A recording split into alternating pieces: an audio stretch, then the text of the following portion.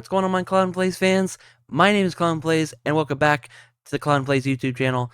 Before we get into part 2, guys, I just want to quickly come on here and say, in a little bit here, I probably will be changing back, because I originally had this channel in mind for kind of reaction videos. It was mainly called Clown Reacts, and I think I'm going to go back to that name, just because that's what I'm, kind of focusing on this channel in the last, kind of months on the Clown Plays YouTube channel. So in a little bit here, you're going to see some rebranding done. So I hope you guys, don't mind that. And I'm going to be starting maybe another channel down the line eventually of doing more other games, kind of like what I was doing on the channel here, that doesn't focus on mainly Warframe. But if you want to see Warframe stuff, go to my main channel, Clown Gaming, down in the description below. It'll be linked. But today we are going to get right into the /noclip Warframe documentary part 2, which is the Rise of Warframe. So if you guys want to see more reaction videos, please go down below, hit the thumbs up button, subscribe if you haven't, and turn on the bell to never miss a video. I'm on my road to 1,000 subscribers on this channel, and I'm on my road on the Clown Gaming YouTube channel to make it monetized. So here we go, guys. Rise of Warframe, part 2.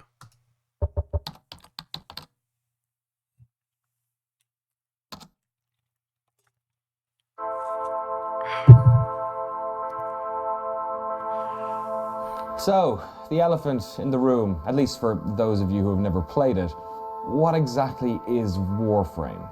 At its heart, Warframe is a loot shooter. You play short levels really fast to gather items that help you unlock new Warframes. These Warframes are varied around combat and elemental themes, allowing you to use entirely different powers, weapons, and ways of movement. Some are melee-centric, others utilize magnesis, electronics, or spores. One Bard class plays music to buff other players, music that can be written using an in-game sequencer. You can play single-player or co-op. There's a PvP component, an open world area, clans, a story, customizable pets, frames, ships, and loads more.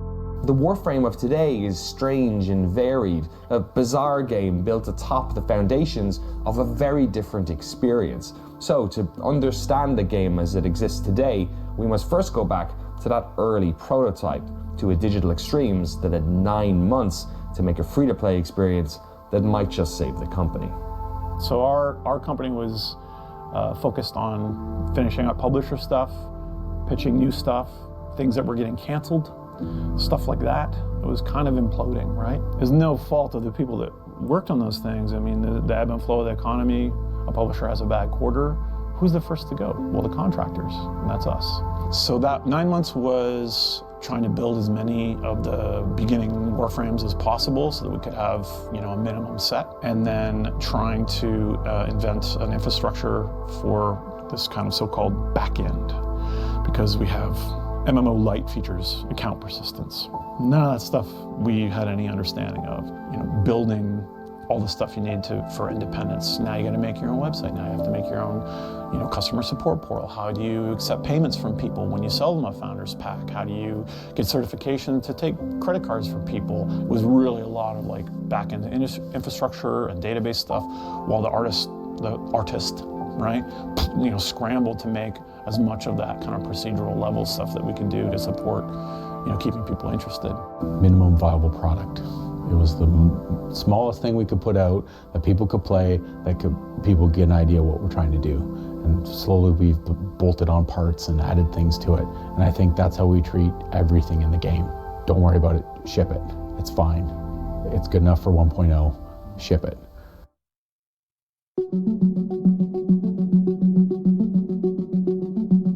My name is Rebecca Ford, and my current job title is Live Ops and Community Director. Cool. Current job title. What was your first job title?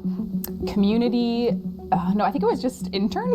Okay. So that actually is true. Intern would have been the first one. I started my internship in January of 2011. Cool. Had you ever worked in the industry before? I was still in third year of university, so I sort of just came and never left. Did you finish university? I did. Okay. I did. No one ever asked for proof, but I did. It's true.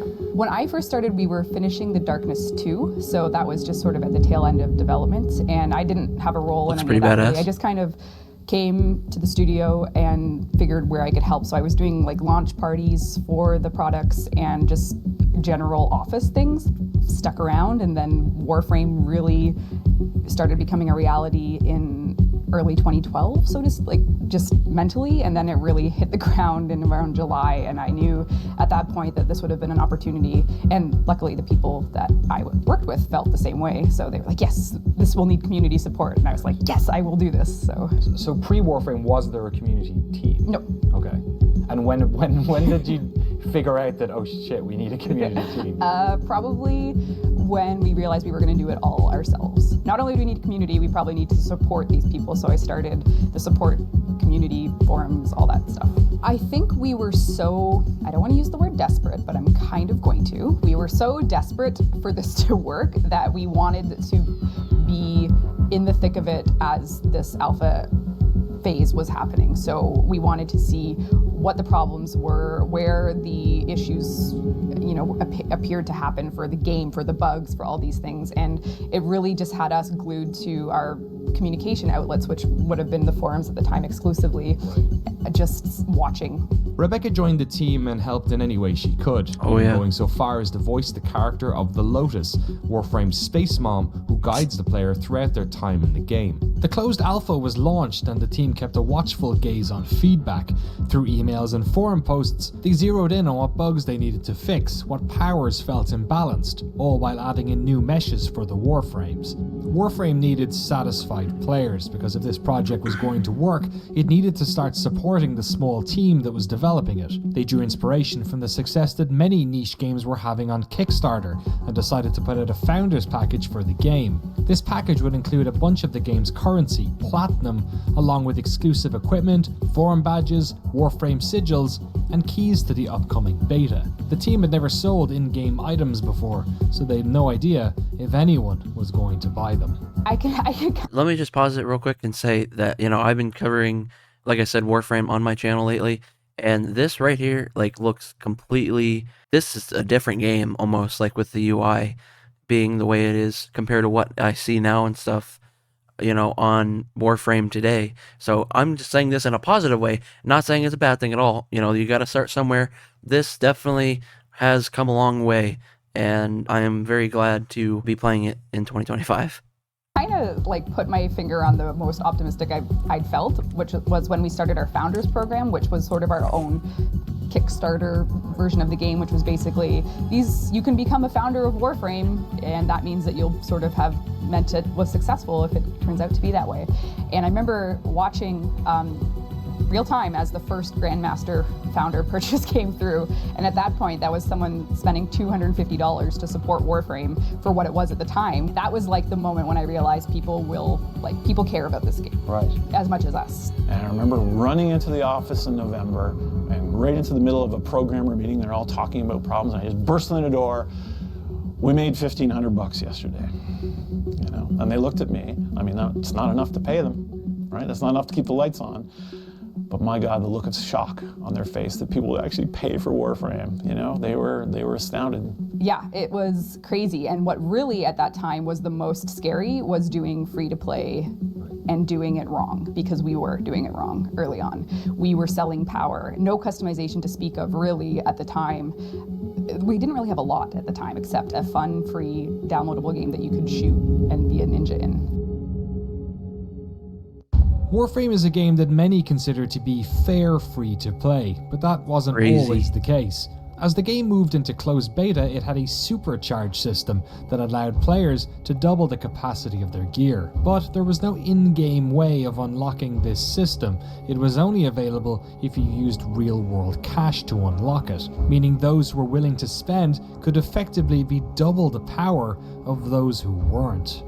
The reason I don't like the Warframe here leveling up, that's insane. is if I go into this, there's nothing else to do, because I need this upgrade, Orokin Reactor, and without it I can't take this Warframe any further.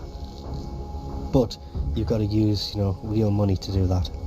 We come back to the studio, I think on January 10th, 2013, we took out the pay-to-win-ish things that we realized were horrible. This isn't, and we realized it because the community was whether they paid or not, they were hating this thing, and we were wow, this really is awful. So out it goes. 2013 starts off with the DNA now slightly, radiated to be fair, free to play. With the open beta 3 months away, the team was desperately trying to get attention from the press, but back in 2013, free-to-play was a term that lots of traditional gaming sites were staying clear of. The team was having trouble getting the word out to new players, but their communication with the community was beginning to create a lot of goodwill around this new IP. The growing buzz would eventually catch the attention of PC-focused YouTubers, and it was through that Warframe got its first big break into the mainstream gaming zeitgeist. Ladies and gentlemen, my name is Total Biscuit. I'm here to ask and answer one simple question. WTF is Warframe? Warframe is a free-to-play co-op third-person action game developed by Digital Extremes. They brought you games such as The Darkness 2, Dark Sector, and they were of course involved pretty heavily in Unreal Tournament and all manner of different things. They've had in terms of the public gamer consciousness, there was a before that video and an after that video. Right. Like, no question in my mind. So, and for me, like, that was very indicative of how important it is to reach this viewership and everything. I don't want to say that in like a needle finger, like, let's get the viewers, because that's not what I'm trying to say. I'm trying to say is people love looking around and finding new sources of entertainment. So, you know, YouTube is one of those.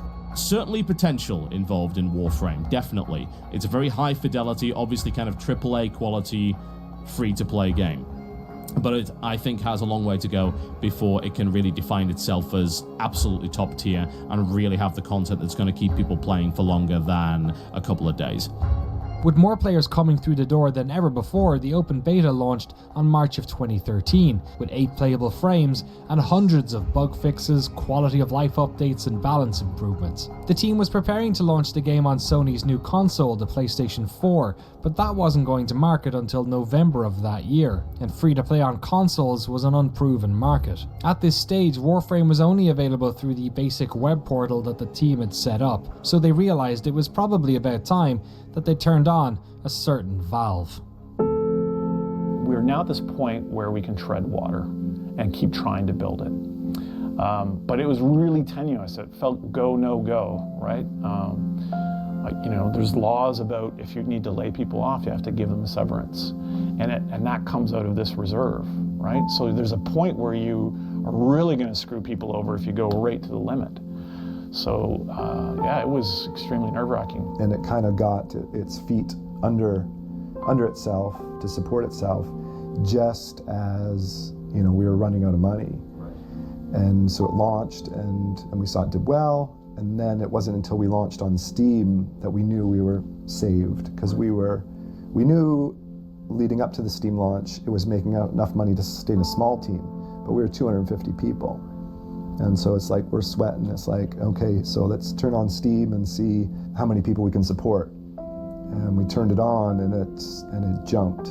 I remember every day I'd get up and I would check our rudimentary stats to see, you know, how much have we made for the previous day, with the hope that at some point it would be enough to maintain the team that we had on it, or at some point it would be enough to maintain the studio.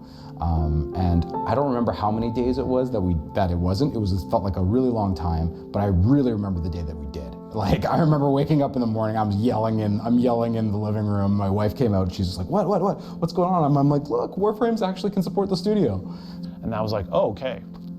Well, now the problem is not just survival. The problem is retention and keeping them coming back and growing the content. And we have one level in the game, like, let's fix that, you know, that kind of thing. That was a big shift, at least in my mind, was when the big Steam audience came. Warframe was making money, a lot of money, enough that for the first time in 2 decades, the spectre of work for hire was no longer giving the executive team nightmares. But Digital Extremes had wandered into the problem that Steve had been warned about a year earlier. How was this game going to retain people? Free-to-play is a fickle beast, and while PvP games tend to keep people longer, PvE lives and dies on the amount of content available. Well, it turned out that the studio's biggest financial crutch, their large staff, was now their unfair advantage. Not only did they have 250 more people to work on the game now, but these weren't new hires brought in to help the game grow. These were veterans, folks who had made good video games, colleagues, friends, neighbors, people fighting not only for their livelihoods, but for their lives in London, Ontario. Digital Extremes had caught lightning in a bottle, and there was no way the team was going to let Warframe fail. They listened to the community and started adding new stuff immediately. That year saw clans get added to the game, new Warframes are coming out, there's more places to play, and then we have our sights set on launching on PS4. You know, we had very humble beginnings of this game. Like I said, it was going to be that kind of Space Ninjas raiding ships, you know, and then we kind of started to see that players liked hanging out in the game. So we started expanding, we started making custom tile sets for each of the enemy factions. We started like expanding the enemy faction types, putting tile sets on specific planets to kind of get a better sense of the solar system exploration that we kind of had lightly touched on. I think certainly when we expanded our customization, that was a huge part of what made people like the game better, just at a visual level. When we redid the melee system and the parkour system, those overhauls were particularly well received. The movement in Warframe was originally pretty similar to most other third-person action games, running, jumping, and sliding. But a movement exploit known in the community as Zoran coptering allowed players to catapult their frames great distances. It fundamentally changed the way the game was played, but instead of nerfing this exploit, the team saw that the community was trying to tell them something. You know, bullet jumping was brought in a way to traverse the levels quicker because players really loved what they called coptering, which was the movement was tied to the slide of a weapon. So certain weapons were really good at this because they had a very quick transition time, so they would fling you across the level. And some of these guys got insanely good and could basically traverse some of the biggest tiles in the game in basically one swing. And I was like, well, it's kind of game breaking, but we love that they love the flow of that. So instead of just nerfing that and moving on and going, no, you can't do that, we kind of embraced it and brought it into the core gameplay, but in a more controllable way. And I think that's kind of been the philosophy, is like the community latches onto things for a certain reason. Instead of just smacking their hands saying, no, that's not my vision, it's like, how can we embrace that and how can we bring that into the game and not just remove it outright? For the core gameplay, I think it's been an evolution of things that the community has wanted, things that we've wanted, and the marrying of those two things. Reading the reaction to the community has been critically important for the success of Warframe. Hotfixes would come sometimes 2-3 times a week, adding new content, fixing bugs, changing the user experience. This balancing act between adding new content and fixing issues the community has is a constant back and forth battle the team has struggled with, and they found that the revenue the game makes from in-game purchases can be matched to how popular the latest content drop is. The better the update, the more players play, the more money the game brings in.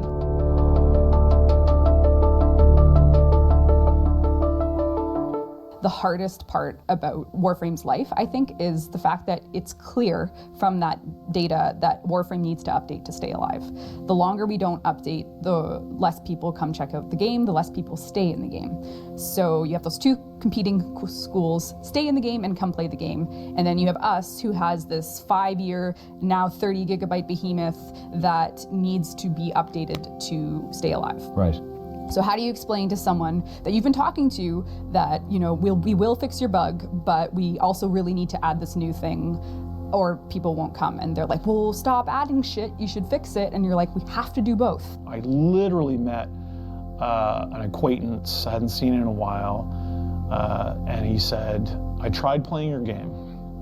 And I opened that screen with all the cards and I thought, I'm not smart enough to play this game, and I didn't play it anymore. Rafe Koster is one of my favorite game designers, and his book Theory of Fun is just like my go-to. He wrote about how many times they changed the new player experience for Star Wars Galaxy. Right. And every time it did not affect their washout rate. Really? Yep. Here we redid it again. Nope, retention's not any better. We still have this many % of people load it up, play it for a bit, and never come back. And we've done the same, you know. We work on this and we try to fix those things. We get stats and numbers and we get data scientists. So. Why do you think that is? People are smart. They look at it, they see that complexity, they know, they smell that means this game is going to take a lot of mental energy. And you're going to have to read Wikipedia if you want to min-max it.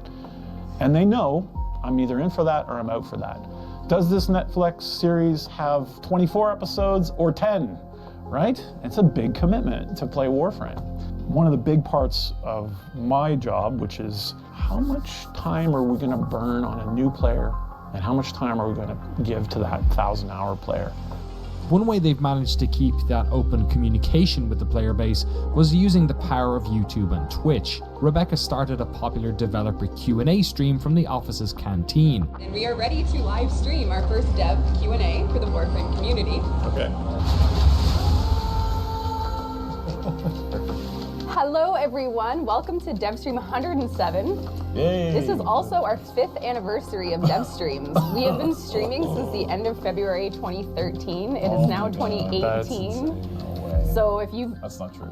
Yeah, it is. If you've tuned into all 107, then way to go. You've made it to more than all of us, I think. They started an annual fan festival called TennoCon, where players of the game travel to London, Ontario to attend panels, hang out, and meet their fellow Tenno. They even created a way for fans to sell their own frames and weapon skins. This program, called TennoGen, has earned some members of the community enough money that they've been able to get off unemployment benefits. They have a partner program where they support 200 content creators who stream and upload videos about Warframe. They have a weekly community show called Primetime, and 2 of Rebecca's community team members, Megan and Danielle, run console-specific streams every week. They use the Twitch Drops program, which enables players of the game to get free in-game goodies when they watch Warframe streams. Over the course of Warframe's life, this community has grown organically. Some play all year, some are newbies, others are returning veterans. But the cycle of players is always tied to new content, so to try and keep things fresh, every once in a while, the team throws a curveball. What was happening was we were doing our routine, and Warframe's routine is great and it lasts, and it has sometimes, I think it has a saturation point of people needing a pivot for Warframe. So the 2 years prior, the pivot was cinematic quests, right? Came out of nowhere. No one was sitting there saying, I want a story that's going to surprise me. But they were saying, I'm bored. So how do you treat boredom with ambition, right? So you kind of have this repeated scenario where you can see your players are bored. They're asking for stuff, but what they're really saying is they're bored, right? And yes, you can deliver this feedback loop of, okay, we'll buff this Warframe, we'll change that, we'll change these missions, and that matters a shit ton. That matters so much. But to treat the boredom at a different level, you need to shock and awe. Right. Interesting. It's almost like the things you need to do are A, listen to your community, and B, not listen to your community. Well, you've done something. I'm saying, like, basically, take your vitamins every day, right? Like, you will be healthy, you will be happy. It's good for you. It's good for us. But you know, sometimes you need a new flavor, right? So you're still trying to keep the maintenance up of this back and forth relationship, but you need to change things sometimes, because if we had just released a weapon week after week after week after week for the last 5 years, we wouldn't be sitting here having this conversation. Right. What we did do was we continued to release those weapons, but we added cinematic quests, we added Arcwing, we added Lunaro, which turned out no one really plays, which is fine. You're allowed to make mistakes, that's cool, but you need to try. One of the areas where the team needed to try a lot was the game's economy. The challenge of creating real-world payment shortcuts for the loot grind fell on the shoulders of Sheldon Carter, and it's a responsibility he doesn't take lightly. The guiding tenet is try not to push them so that they're gonna, grind their face off to get something, but also give them enough variance so that getting those resources is interesting. Despite best intentions, there's always something where we need our community to tell us, hey, this is too hard. We had things with Kavats, one of the pets that came out. It was, too many scans. You had to scan wild Kavats in order to have enough scans in order to incubate a new baby Kavat. And it was just feedback from the community. They're like, hey, this is taking me. Like, is this what you wanted? Did you want us to spend 2 weeks on this? No, that's not what we wanted. We wanted you to do it. We want you to have to use the systems we have, but we don't want you to, spend forever. When we first designed Kubros, or myself, when I first came up with the Kubro idea, we wanted people to be able to change the fur pattern and colors. So we had a lever, basically, for all intents and purposes. It was a button you could push and it'd be like, if you want to pay, I can't remember what it was, so much platinum, you can change the color. And then you could you know, you could take an imprint of that, you could trade it to someone else. So it wasn't, you know, like, we're trying to give you a way to, like, you could get something cool and then you could give it to your friends. And we saw, you know, a guy pulled the lever like 200 times. And it's just like, oh my dear God, what have we done? We've created a slot machine. Right. And so, you know, it was a couple days. I think it took us to take it out, a day and a half. That one is a big regret. Obviously that was insanely profitable for someone to be doing that, but that's not what our design intent, and that's not what the intent of the game is. So that's why it was, you know, that's why we changed it. When you're dealing with something that does have a you know, kind of a cash component, you have to really be careful. Like, of course that would be cool in a game where there was none of that, where you were just, you know, putting in earned money into it. But as soon as you put it as a premium currency and people can just go, oh, what can I get? Oh, I got the gold one. Amazing. How much can I sell that to other people for? And you're like, oh God, can't do that. Makes sense. I've spent the past few months playing this game, watching YouTube videos, tuning into streams, all to try and get a sense of what exactly it is about Warframe that hooks people. There's the moment-to-moment, the movement, the aiming, shooting, the inner loop. Then there's the outer loop of abilities, and then there's progression outside of that. But I don't think these mechanics alone account for why players find themselves attached to Warframe. I think a lot of it has to do with the bizarre universe that the game is set in. When the team originally designed this game, Mike Brennan, the lead artist at that time, didn't pull his sci-fi inspiration from Hollywood. Instead, he looked towards Europe and the work of acclaimed French cartoonist Mobius. Then there's the story of this game, a mix of unfinished ideas Steve had that has evolved over the years. Then there's the movement of the game, which came from a weird bug.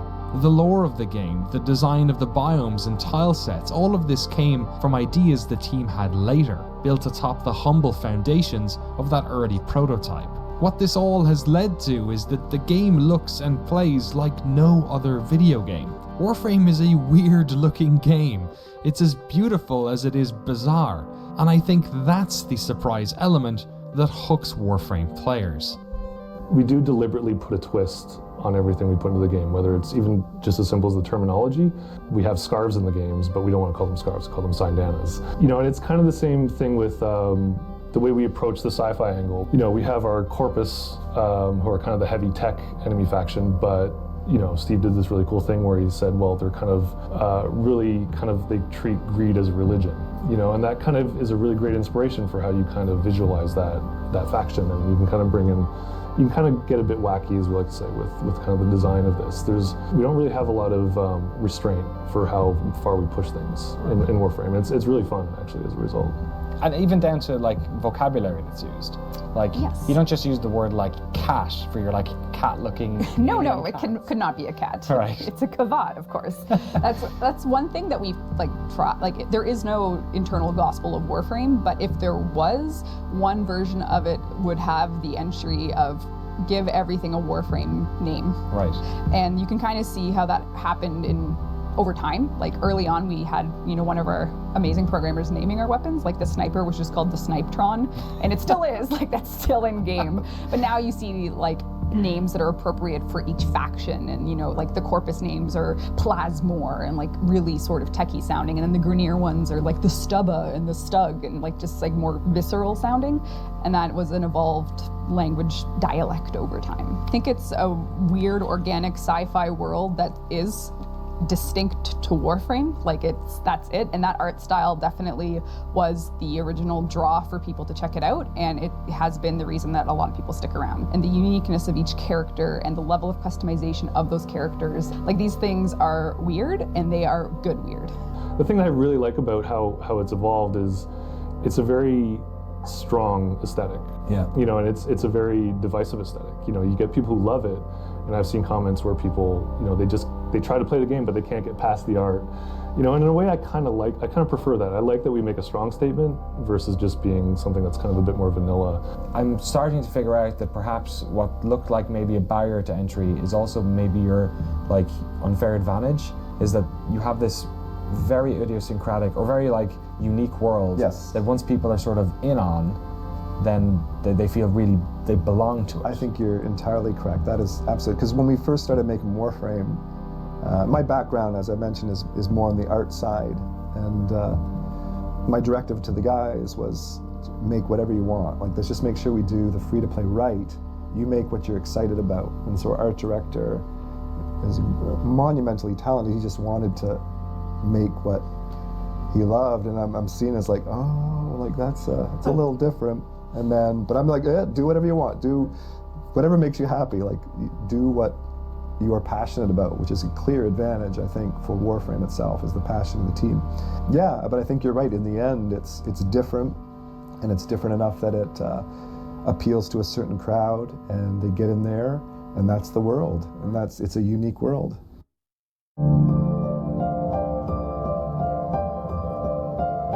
Warframe's world continues to evolve. There are communities of players within the game who write wiki articles on how best to min-max your frames.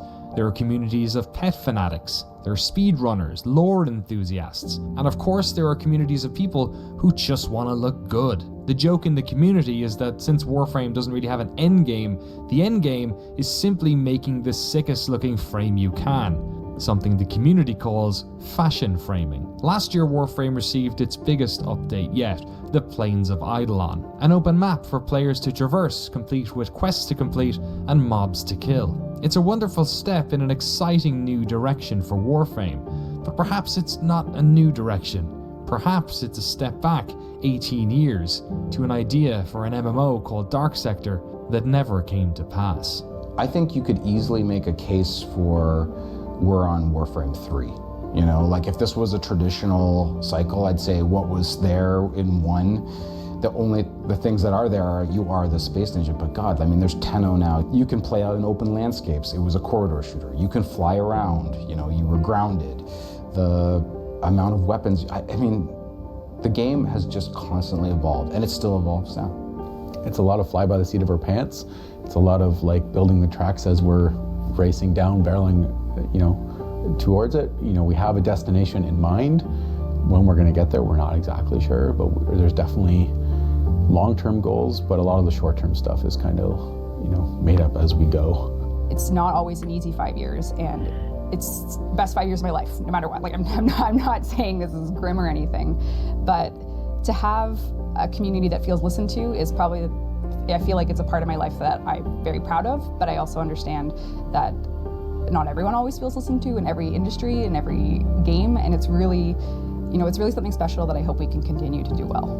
Warframe is what it was, and now it's grown in a really, really interesting way that was super compelling to the fans. And I'm sure there's going to be a lot more of that kind of stuff coming. So it'll be really interesting to see how the game evolves and what it becomes, because it's with so many people working on it and with such an expandable concept for a game, or an expandable premise, who knows where it could go, but it'll become bigger and really, really interesting. The thing I'm most proud of with Warframe is the change, and is the castle built on those ruins. Like, we added fishing to the damn game, right? So we can get back almost to those completely infeasible dreams we had with the MMO Warframe, or well, it was called Dark Sector back then, but we can get back to those ideas and try kind of more weird things. That's insane. Wow.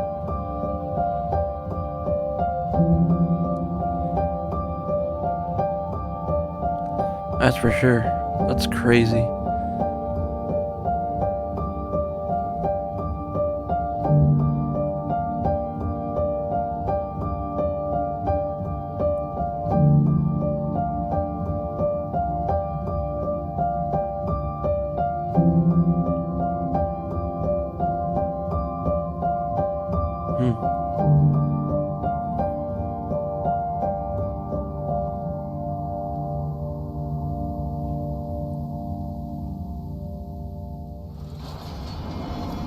The Plains of Eidolon, the site of an historic battle between the Orokin and a great sentient.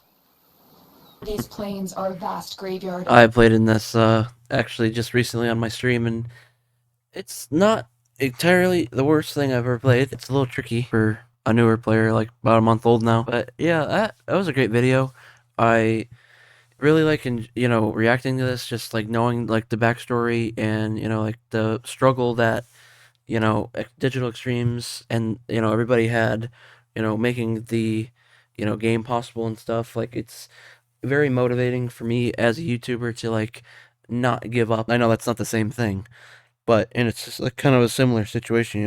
I have had time and time again struggles on my YouTube career. I don't even call it career, but YouTube journey this far, on both this channel and the Clown Gaming channel.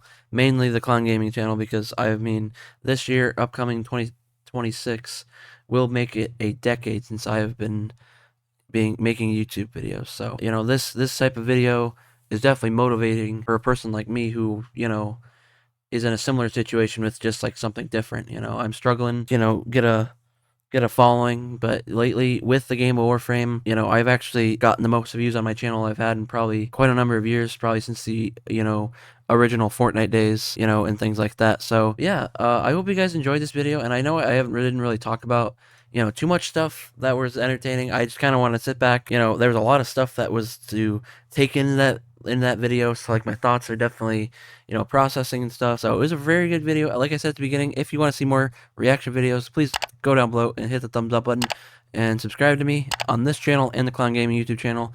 Again, that is going to be in the description. I want to get monetized on that channel, guys. That is the biggest and most thing I've wanted on that channel. Speaking of dreams and things that I've been striving for, kind of like how they wanted to make a successful game that's free to play.